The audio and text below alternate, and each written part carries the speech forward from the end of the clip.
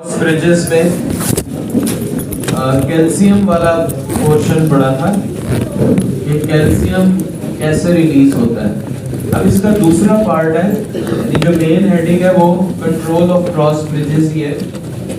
इसका दूसरा हिस्सा ये कि क्रॉस ब्रिज कहते किसको है, क्रॉस ब्रिज कंट्रोल कैसे होता है, उसमें एटीपी का रोल क्या है।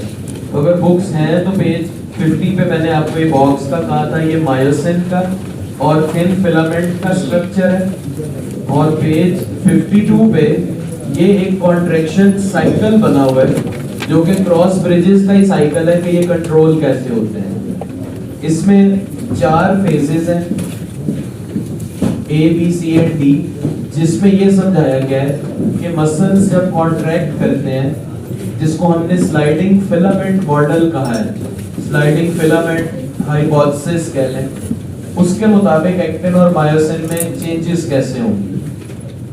तो हमने ये दूसरा हिस्सा समझना है क्रॉस ब्रिजेस का। तो सार्कोमियर्स हमने देखा स्लाइडिंग की वजह से शॉर्ट हो जाते हैं, जिसको हमने कल भी असल में 4 फेजेस में ही समझा था कि एक रिलैक्स्ड सार्कोमियर था, फिर उसके बाद कैल्शियम बाइंड करने से क्या होगा, फिर एक्टिन और मायोसिन जुड़ेंगे, और फिर फोर्थ वन था कॉन्ट्रैक्शन। उसी का हमने अब मैकेनिज्म समझना है। तो हमने ये पढ़ा था, ये रिलैक्स्ड जो सार्कोमियर होता है, जी लाइन टू जी लाइन, इसके यहाँ पर सेंटर में थिक फिलामेंट होता है जिसको बोला था मायोसिन है, और यहाँ पर इस तरह ये होते हैं थिन फिलामेंट। जब स्लाइडिंग फिलामेंट मॉडल के मुताबिक थिक फिलामेंट्स और थिन फिलामेंट्स कुछ इस तरह से इंटरैक्ट करते हैं कि थिन फिलामेंट्स स्लाइड पास्ट कर जाते हैं, यानी ये मायोसिन का हेड यहाँ पर होगा, ये थिन फिलामेंट को ऐसे खींचता है, जो इस तरफ मायोसिन का हेड है ये भी थिन फिलामेंट को इस डायरेक्शन में खींचता है, जिसकी वजह से जब ये सार्कोमियर कॉन्ट्रैक्ट होता है तो जी लाइंस दे बिकम क्लोज। ये क्लोज इसलिए हो जाती हैं कि इसमें थिन फिलामेंट्स बिल्कुल एक दूसरे के करीब आ जाते हैं। इन थिन फिलामेंट्स को ये करीब कौन सी चीज लेकर आई थी, मायोसिन के हेड्स। थिक फिलामेंट की लेंथ में चेंज नहीं कोई भी होगी, क्योंकि वो तो अपनी जगह पर मौजूद है, वो स्लाइड नहीं कर रहा, बल्कि उसके ऊपर ये थिन फिलामेंट स्लाइड कर रहा है, जिसकी वजह से हमने देखा जी लाइंस क्लोज हो गई, एच जोन यहाँ पर था, यहाँ पर डिसअपीयर हो गया, सार्कोमियर की ओवरऑल लेंथ शॉर्ट हो गई, ए बैंड उतने का उतना ही रहा यहाँ पर, जबकि आई बैंड में इसकी लेंथ को शॉर्ट कर दिया गया। अब हमने इसको खोल के देखना है कि ये जो प्रोसेस है जिसमें मायोसिन के हेड ने एक्टिन के फिलामेंट को खींचा है, ये कैसे खींचा है, इसके लिए क्या एनर्जी इस्तेमाल हुई है, किस स्टेज पे इस्तेमाल हुई है, और मसल जब कॉन्ट्रैक्ट करता है, रिलैक्स करता है, फिर कॉन्ट्रैक्ट करता है, तो ये साइकिल कैसे मुकम्मल होगा। तो उसको ये 4 स्टेप्स में हम बताते हैं। उसके लिए हम चेंज देख लेते हैं जो कि इस पोर्शन पे होगी, बल्कि इससे भी ज्यादा इस हाफ पोर्शन पे जो मैकेनिज्म हो रहा है वही एग्जैक्टली इसी हाफ पे हो रहा होगा। मायोसिन का मॉलिक्यूल है, वो अगर एक्टिन को यहाँ से ऐसे खींच रहा है तो इस जगह वाला भी एक्टिन को इस तरफ पुल कर रहा है। तो हम इस हाफ का मैकेनिज्म समझ लें तो ये वाले हाफ पे भी वो अप्लाई हो जाएगा। इसको हम इस तरह अंडरस्टैंड करते हैं, मायोसिन का जो मॉलिक्यूल है उसमें टेल होती है, और टेल के साथ 2 हेड्स अटैच होते हैं, और ये रिमेंबर ये हाफ की बात कर रहा हूं, यानी इसकी ये टेल और ये हेड्स। इसी तरह यहां पर भी टेल होगी और हेड्स होंगे, तो हमने ये वाला हाफ निकाला है। अच्छा, मायोसिन प्रोटीन एक बड़ी जबरदस्त किस्म की प्रोटीन है कि इसकी टेल फिब्रस होती है और इसका हेड ग्लोबुलर होता है। ग्लोबुलर हेड मायोसिन का एज एन एंजाइम भी काम करता है, और इस एंजाइम के लिए पीटीपी में एक टर्म लिखी हुई है मैकेनोएंजाइम मायोसिन का हेड। मैकेनोएंजाइम का मतलब ये है ऐसा एंजाइम जो कोई मैकेनिकल वर्क करेगा। तो आप मायोसिन का काम देखिएगा, एक्टिन को खींचना है, तो एक्टिन को खींचना कैसा वर्क हुआ? Mechanical work. एक्टिन के फिलामेंट्स दोनों साइड से मायोसिन के हेड्स खींच रहे हैं, तो ये जो पुलिंग एक्शन है ये काइंड ऑफ मैकेनिकल वर्क हो गया। ये मैकेनोएंजाइम कौन सा मैकेनिकल वर्क करता है और कौन सी एंजाइमेटिक एक्शन करता है? ये मैकेनोएंजाइम एटीपी को ब्रेक करता है, उससे एनर्जी देता है और इस एनर्जी को कन्वर्ट कर देता है वर्क में। यानी एनर्जी बनेगी plus ADP plus inorganic phosphate. ये काम मायोसिन का हेड कर सकता है। एटीपी को टूट के जो एनर्जी रिलीज होगी उसको वर्क में कन्वर्ट कर देगा। कौन सा वर्क कर रहा है मायोसिन का हेड यहाँ पर? ये वर्क क्या है? To pull the filament of actin. तो मायोसिन का स्ट्रक्चर कुछ इस तरह से होता है और इस मायोसिन की हेड और टेल को कौन सा फिलामेंट कहा जाता है? Thick filament. अब इसके साथ ये वाली चीज देखते हैं।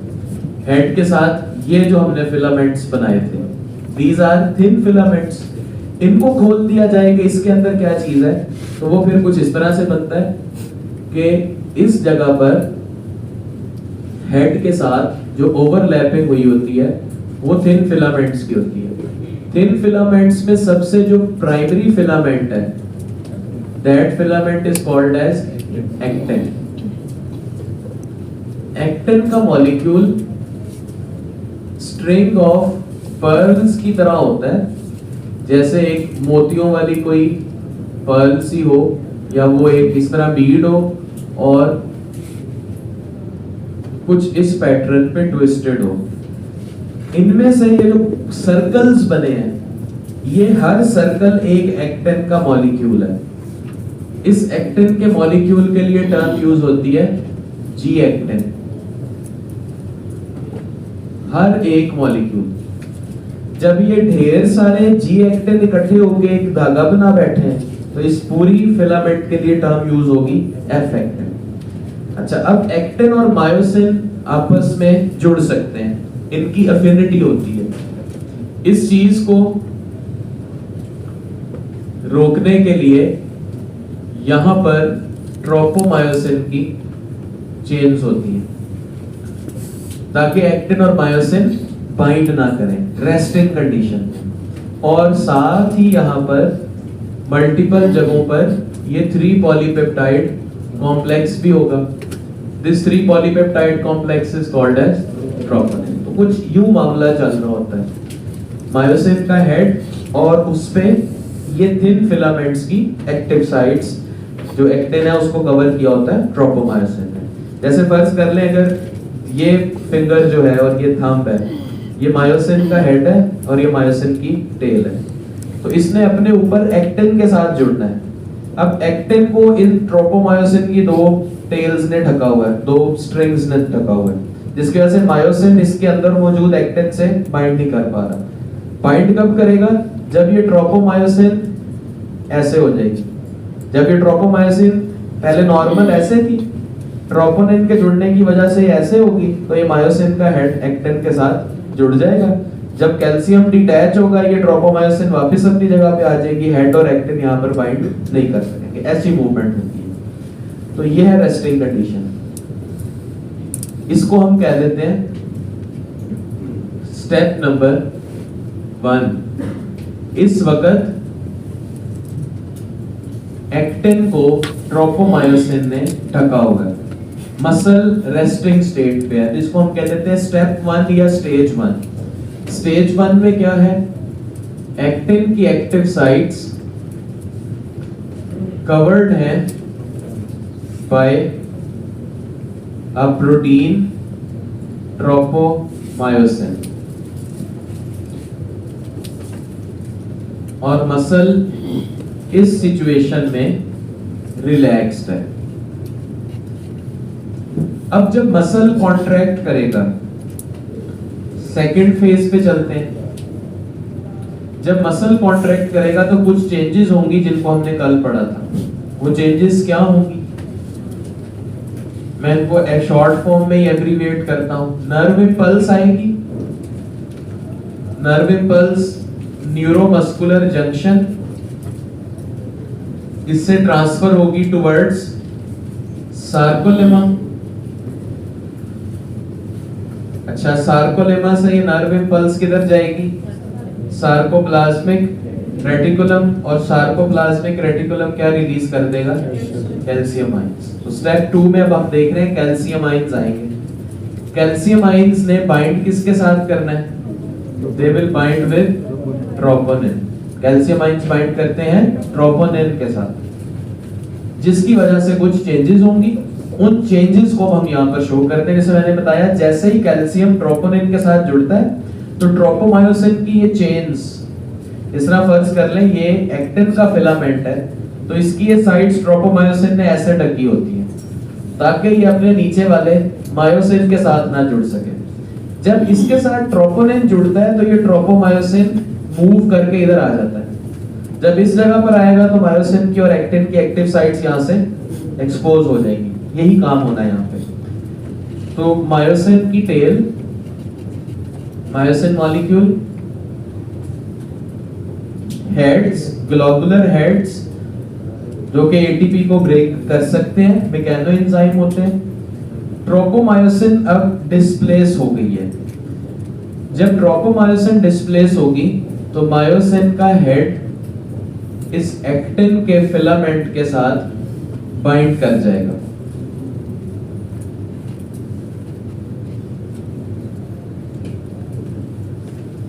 तो यहां पर ये इस एक्टिन के साथ इसकी बाइंडिंग हो जाएगी। बाइंडिंग इसलिए होगी कि पहले ट्रोपोमायोसिन इस जगह पर थी, अब ट्रोपोमायोसिन डिस्प्लेस होके इस तरह साइड्स पे चली गई। और इस पे साइड्स पे जाने की क्या रीजन है ट्रोपोमायोसिन की, कि यहाँ पर ट्रोपोनिन के साथ आकर जुड़ गया कैल्शियम आयन। ट्रोपोमायोसिन के साथ कैल्शियम आयन जुड़े हैं।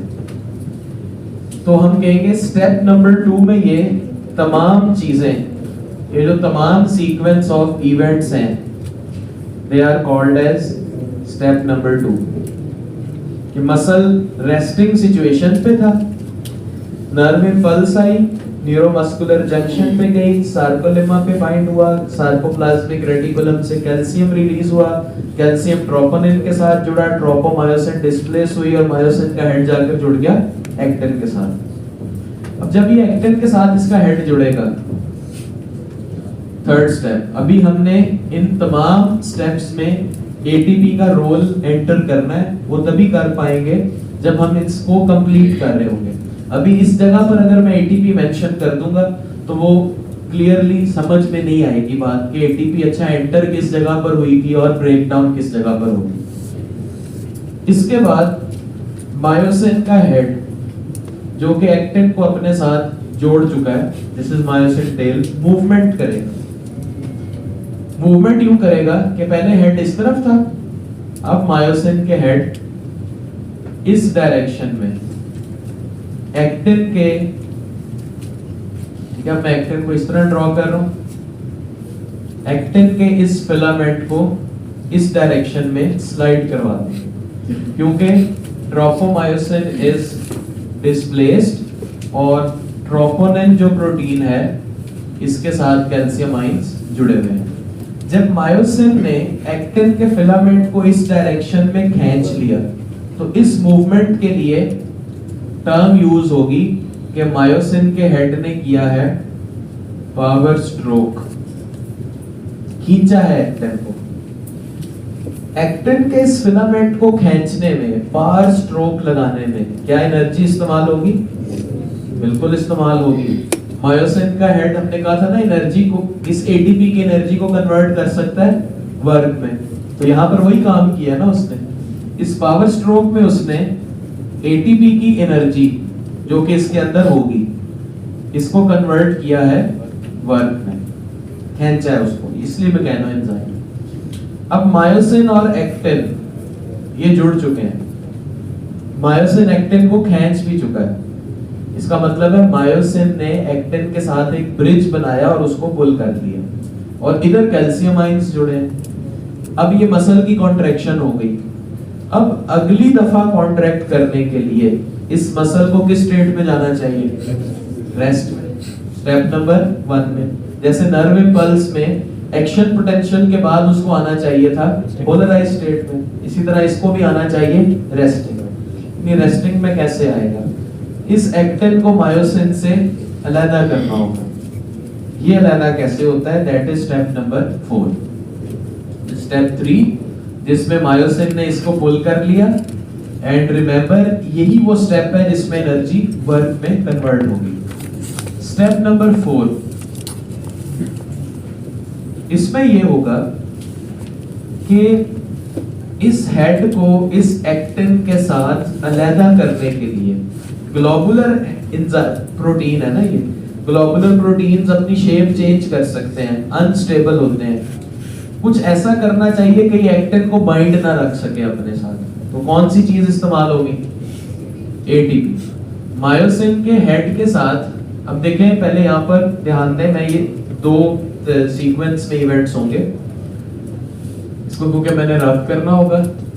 ये मायोसिन का हेड है और ये इसके साथ एक्टिन जुड़ा हुआ है, ये स्टार्टिंग पॉइंट है। एटीपी का मॉलिक्यूल अवेलेबल होगा तो ये मायोसिन के हेड के साथ बाइंड कर देगा। जैसे ये एटीपी मायोसिन के हेड के साथ बाइंड करेगी तो एक्टिन को मायोसिन का हेड होल्ड नहीं कर पाएगा, जिसकी वजह से एक्टिन अब मायोसिन के हेड से सेपरेट हो गया। एटीपी के मॉलिक्यूल्स बाइंड हो गए एंड हेड ऑफ मायोसिन इस एटीपी को बाइंड करने के बाद जब एक्टिन से अलग होगा तो इसके हेड्स वापस इस जगह पर आ जाएंगे and they will have ATP.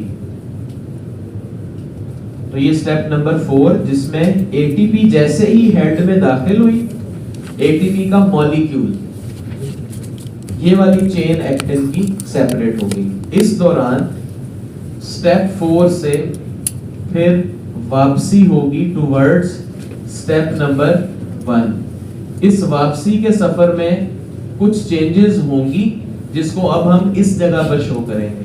वो चेंजेस ये होंगी कि जब एक्टिन, स्टेप 4 में सबसे इंपॉर्टेंट इवेंट ये है कि एक्टिन और मायोसिन का जो ब्रिज बना था डिटैच हो जाएगा। Actin and myosin detachment, actin myosin detachment हुई और एटीपी के मॉलिक्यूल की यहां पर होगी बाइंडिंग। यही 2 काम हुए हैं ना, एटीपी जुड़ा है और एक्टिन और मायोसिन अलग अलग हो गए। अब ये वापस जब रेस्टिंग सिचुएशन पे आ रहा होगा तो इन 2 इवेंट्स के बाद यानी स्टेप 4 में एटीपी बाइंडिंग जिसकी वजह से एक्टिन और मायोसिन की डिटैचमेंट। अब वापसी के दौरान ये होगा कि ये जो एटीपी जुड़ी थी मायोसिन के हेड के साथ, मायोसिन का हेड एटीपी को कर देगा हाइड्रोलाइज। जब ये एटीपी हाइड्रोलाइज होगी इस वापसी के दौरान तो इसकी प्रोडक्ट्स क्या बनेगी हाइड्रोलिसिस की?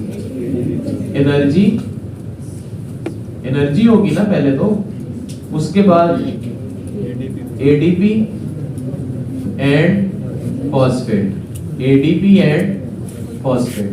तो ये आ जाएगा वापस रेस्टिंग कंडीशन स्टेप नंबर 1। यानी कि जब मसल रेस्ट कर रहा होगा तो मायोसिन के हेड में 3 चीजें होंगी, energy, ADP and phosphate. Energy store करके बैठा हुआ है। उसके बाद जब ये नर्व इम्पल्स वाली चेंजेस होंगी, कैल्शियम आयंस रिलीज होके बाइंड हो रहे होंगे, इस वक्त मायोसिन के हेड में क्या पड़ा होगा? Energy plus ADP phosphate, energy ADP phosphate.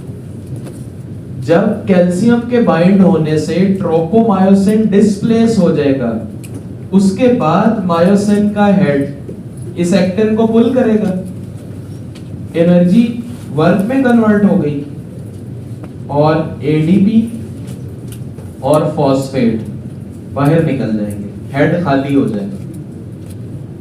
इस एनर्जी जो कि पहले 2 स्टेप्स में हेड के अंदर स्टोर थी, उस एनर्जी को इस स्टेप में कन्वर्ट कर दिया गया वर्क में। एडीपी और फॉस्फेट बाहर निकल गए, जिसकी वजह से जैसे ही इसने पुलिंग कर ली, अगला एटीपी का मॉलिक्यूल बाइंड करेगा, एक्टिन और मायोसिन को अलग अलग कर देगा। उसके बाद जब एक्टिन और मायोसिन अलग अलग हो जाएंगे, तब एटीपी हाइड्रोलाइज होगी, और इस एटीपी की हाइड्रोलाइज करने के बाद इसकी एनर्जी को स्टोर कर लिया जाएगा। अब आप देखिए स्टेप 1, 2, 3 और 4 में से एक्चुअल मसल कॉन्ट्रैक्शन किस स्टेप में हुई है? स्टेप 1 में, 2 में, 3 में या 4 में, जिसमें स्लाइडिंग फिलामेंट मॉडल जिसके मुताबिक कहता है कि thin filament slide past thick ones. तो एक्चुअल कॉन्ट्रैक्शन किस जगह पे हुई है? स्टेप नंबर 3 में। मसल रिलैक्सेशन वाला स्टेप कौन सा है जिसमें मसल रिलैक्स हो गया है? स्टेप नंबर 4 से 1 पे तो रिलैक्स स्टेट में आ गया ना, स्टेप 1 रिलैक्सेशन का है। लेकिन स्टेप नंबर 4 एक ऐसा स्टेप है जिसके बाद मसल रिलैक्स हो जाता है। एटीपी का मॉलिक्यूल, इसकी एनर्जी इन चारों स्टेप्स में से किस स्टेप में इस्तेमाल हो रही है? स्टेप नंबर 3 में। एनर्जी यहाँ पे यूज हुई है ना, वर्क में कन्वर्ट हुई है, और ये पावर स्ट्रोक लगा है। इसका मतलब है स्टेप नंबर 3 ही वो स्टेप है जिसमें मसल कॉन्ट्रैक्शन हुई है, क्योंकि यहाँ पर मसल कॉन्ट्रैक्शन ने एटीपी की एनर्जी इस्तेमाल की है, इसलिए मसल कॉन्ट्रैक्शन कैसा प्रोसेस हो गया? एक्टिव। स्टेप नंबर 4 और 1 जो कि मसल रिलैक्सेशन जहां पर हो जाएगी, इन जगहों ने एनर्जी इस्तेमाल नहीं की, इसलिए ये मसल रिलैक्सेशन का प्रोसेस हो गया। इधर क्योंकि एनर्जी यूज नहीं हुई, इसलिए मसल रिलैक्सेशन का प्रोसेस पैसिव होगा। यहां पर जो एटीपी का मॉलिक्यूल एंटर हो रहा है वो मॉलिक्यूल है। एटीपी का मतलब एनर्जी नहीं होता। एटीपी एनर्जी तब देता है जब वो हाइड्रोलाइज हो जाता है। यहां पर एक्टिन और मायोसिन का क्रॉस ब्रिज तोड़ने के लिए एटीपी का मॉलिक्यूल चाहिए, इसकी एनर्जी नहीं चाहिए। यहां पर जो एटीपी का मॉलिक्यूल एंटर होता है स्टेप 4 पे, इसकी असल में एनर्जी कहां पर इस्तेमाल होती है? स्टेप 3 पे। यहां पर सिर्फ मॉलिक्यूल यूज होता है। इसको तोड़ के इसकी एनर्जी स्टोर कर ली जाती है मायोसिन के हेड में। मायोसिन इस स्टोर्ड एनर्जी को पावर स्ट्रोक में इस्तेमाल करता है, जो इसने इस जगह पर की है। इसलिए मसल कॉन्ट्रैक्शन हमेशा एक्टिव होती है और मसल रिलैक्सेशन पैसिव प्रोसेस है कि वो एटीपी का मॉलिक्यूल क्रॉस ब्रिज तोड़ने के लिए तो यूज करता है, लेकिन उस एटीपी के मॉलिक्यूल की एनर्जी इस्तेमाल नहीं होती। तो ये 4 स्टेप्स थे जिसकी वजह से वो मसल कॉन्ट्रैक्ट और रिलैक्स करता है। एटीपी अब सेल्स में प्रोड्यूस कैसे होती है, इस पे हमने पूरा चैप्टर पढ़ लिया है, बायोएनर्जेटिक्स, कि ये एटीपी कहां से मसल्स को मिल रही होगी? माइटोकॉन्ड्रिया से। एरोबिक रेस्पिरेशन होगी तो ग्लूकोज की ब्रेकडाउन से आ रही होगी, फैटी एसिड्स की ब्रेकडाउन से आ रही होगी, और ऑक्सीजन की प्रेजेंस में टूटेगा तो काफी एटीपी मिलेगी। और अगर एनारोबिक रेस्पिरेशन होगी तब ग्लाइकोलाइसिस वाले ही एटीपी इस्तेमाल होंगे, क्योंकि एनारोबिक में ग्लाइकोलाइसिस के बाद लैक्टिक एसिड बन जाता है। तो मसल्स में जब एनारोबिक रेस्पिरेशन स्टार्ट होगी तो पायरुवेट कन्वर्ट हो जाएगा लैक्टेट में, जिसकी वजह से मसल्स पेनफुल हो सकते हैं, मसल्स में पेन स्टार्ट हो जाता है, एक कंडीशन डेवलप हो जाती है जिसको मसल फैटीग कहते हैं। तो इसलिए एटीपी का एक सोर्स ये होगा। यही सेम डायग्राम जो मैंने यहाँ पर एक्सप्लेन की है, ये इसमें बनी हुई है आपके पास, आप इसे यहाँ से भी अंडरस्टैंड आसानी से कर सकते हैं। इसको मैंने एक्सप्लेन कर दिया है। ये पेज नंबर इसी ये बनी हुई है जी, पेज 52 पे। यहाँ पर भी देख लें, 4 स्टेप्स लिखे हुए हैं। रेस्टिंग स्टेज अल्फा पे लिखा हुआ है कि एटीपी हाइड्रोलाइज होती है, ठीक है, कि ये वो जगह है जहां पर एटीपी हाइड्रोलाइज होगी। मायोसिन, ट्रोपोनिन, ट्रोपोमायोसिन को आप देख सकते हैं कि ट्रोपोमायोसिन ने एक्टिन की सारी एक्टिव साइट्स कवर की हुई है। इस डायग्राम में 52 पे एक्टिन की जो एक्टिव साइट्स हैं उनको सर्कल्स के अंदर डॉट्स से शो किया हुआ है कि ये जो एक्टिन के गोल दायरे हैं इनके अंदर जो डॉट्स बने हुए हैं ना, ये डॉट्स एक्टिव साइट्स हैं। तो आप देखें ट्रोपोमायोसिन ने उन डॉट्स को घेरा हुआ है। स्टेप नंबर बी में देखें, सिर्फ इन्होंने कैल्शियम आयंस लिखा है, मैंने पूरा प्रोसेस लिंक कर दिया कि कैल्शियम आयन रिलीज कैसे होता है नर्व इंपल्स की वजह से।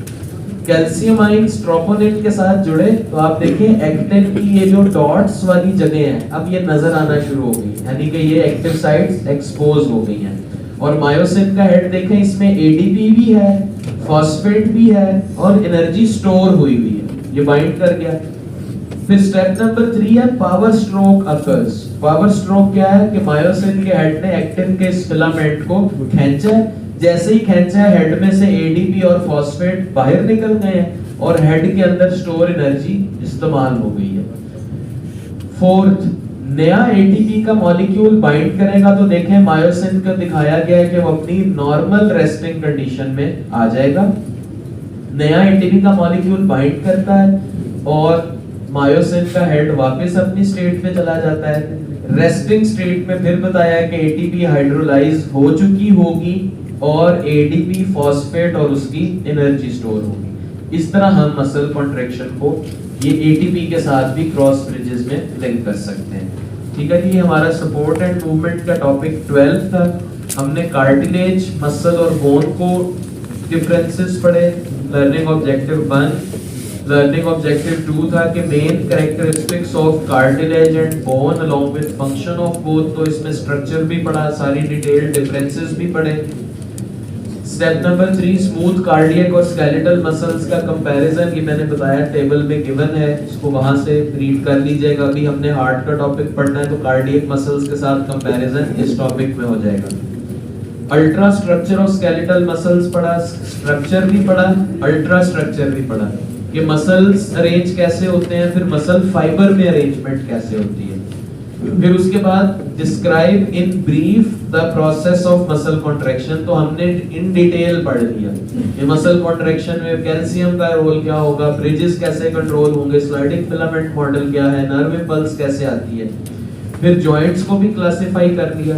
इसके बाद डिजीजेस हैं इसमें गाउट और आर्थराइटिस, ये अभी हम जब इसकी वर्कशीट चेक पॉइंट सॉल्व करेंगे उसमें गाउट और आर्थराइटिस को भी हम पढ़ लेंगे।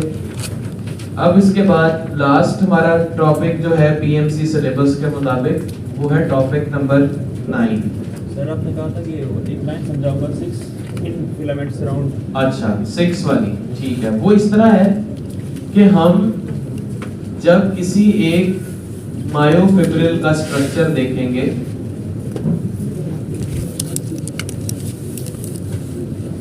ये एक मायोफिब्रिल है, तो मायोफिब्रिल में फर्दर चीज क्या होती है, थिक फिलामेंट्स और जो कि ए और आई बैंड में अरेंज होते हैं। एक मायोफिब्रिल में जब हम इस अरेंजमेंट को देखते हैं तो हमें क्रॉस सेक्शन में ये वाली चीज नजर आती है जो कि ज्यादा डायमीटर वाली है, इसको बोला जाता है थिक फिलामेंट। जब हम इसके इर्द गिर्द सिमेट्री देखते हैं तो हमें इस मायोफिब्रिल में इसके सराउंडिंग थिन फिलामेंट्स कुछ ऐसे दिखते हैं, यानी कि हर थिक फिलामेंट के इर्द गिर्द 1 2 3 4 5 और 6 ये स्ट्रक्चर बन रहा होता है। मतलब ये ऐसा बन नहीं रहा होता, फिलामेंट्स अरेंज होते हैं जिसको अगर मैं कनेक्ट कर दूं अगर इन लाइंस को, कुछ ये पैटर्न बनेगा। तो ये भी इंतहाई सिमेट्रिकल पैटर्न होता है। देखिए अगर सिर्फ इसमें एक पार्ट को देखा जाए तो अगर ये एक थिक फिलामेंट है, ठीक है, ये वाला सर्कल डॉट इस पूरे थिक फिलामेंट को शो कर रहा है, तो इस थिक फिलामेंट के इर्द गिर्द थिन फिलामेंट्स इस तरह से ऑर्गेनाइज होंगे 3 डायमेंशनल वे में। हम कहते हैं each thick filament is surrounded by 6 thin filaments from its each side. लेकिन अगर इस पूरे थिक फिलामेंट को देखा जाए, जो यहां से लेके यहां तक होगा, तो इसके इर्द गिर्द थिन फिलामेंट्स हर साइड से ऐसे अरेंज होंगे। इस तरह की अरेंजमेंट का पैटर्न बन रहा होगा। असल में जो लाइंस नहीं लगी होती, जस्ट अंडरस्टैंड करने के लिए, थिन फिलामेंट 3 डायमेंशनल वे में ऐसे चल रहे होंगे इसके इर्द गिर्द। इसलिए कहते हैं each thick filament is surrounded by 6 from each side. अगर ये थिक फिलामेंट है ना एक पूरा, तो इसकी हर तरफ 6 होंगे, एक ऊपर, एक नीचे, 2 इस तरफ, ठीक है, और 2 इस साइड पे आएंगे। तो ये इवेंचुअली जो स्ट्रक्चर नजर आ रहा होगा ना हमें, वो कुछ इस तरह से नजर आएगा कि ये जो रेड वाला है ये थिक है, तो it is surrounded by 1 2 3 4 5 6 thin from each side. तो इस तरफ से देखेंगे तब भी एक थिक, 1 2 3 4 5 6 यूं अरेंजमेंट होती है थिक और थिन की। फिर नीचे भी इसी तरह का बंडल होगा, फिर नीचे भी ऐसा ही बंडल होगा। तो थिक और थिन फिलामेंट्स अरेंज यूं होते हैं। इसलिए अगर आप इसका सिर्फ क्रॉस सेक्शन देखें तो ये ऐसा नजर आएगा। अगर आप इसको 3 डायमेंशनल वे में देखें तो फिर ये पूरे पूरे फिलामेंट्स दिखाई दे रहे होंगे। तो मसल में हर लेवल पे बड़ी अमेजिंग किस्म की सिमेट्री है। पूरे मैस पे चले जाएं, फेसिकुलाई पे चले जाएं, बंडल्स पे चले जाएं, बंडल्स के अंदर फिलामेंट्स पे चले जाएं, सब के सब में बहुत शानदार सिमेट्री है, जिसकी वजह से मसल्स इतना इफेक्टिवली काम करते हैं। ठीक है जी, अब हमारा लास्ट टॉपिक है पीएमसी टॉपिक 9। इसको ना हम 2 हिस्सों में डिवाइड करेंगे।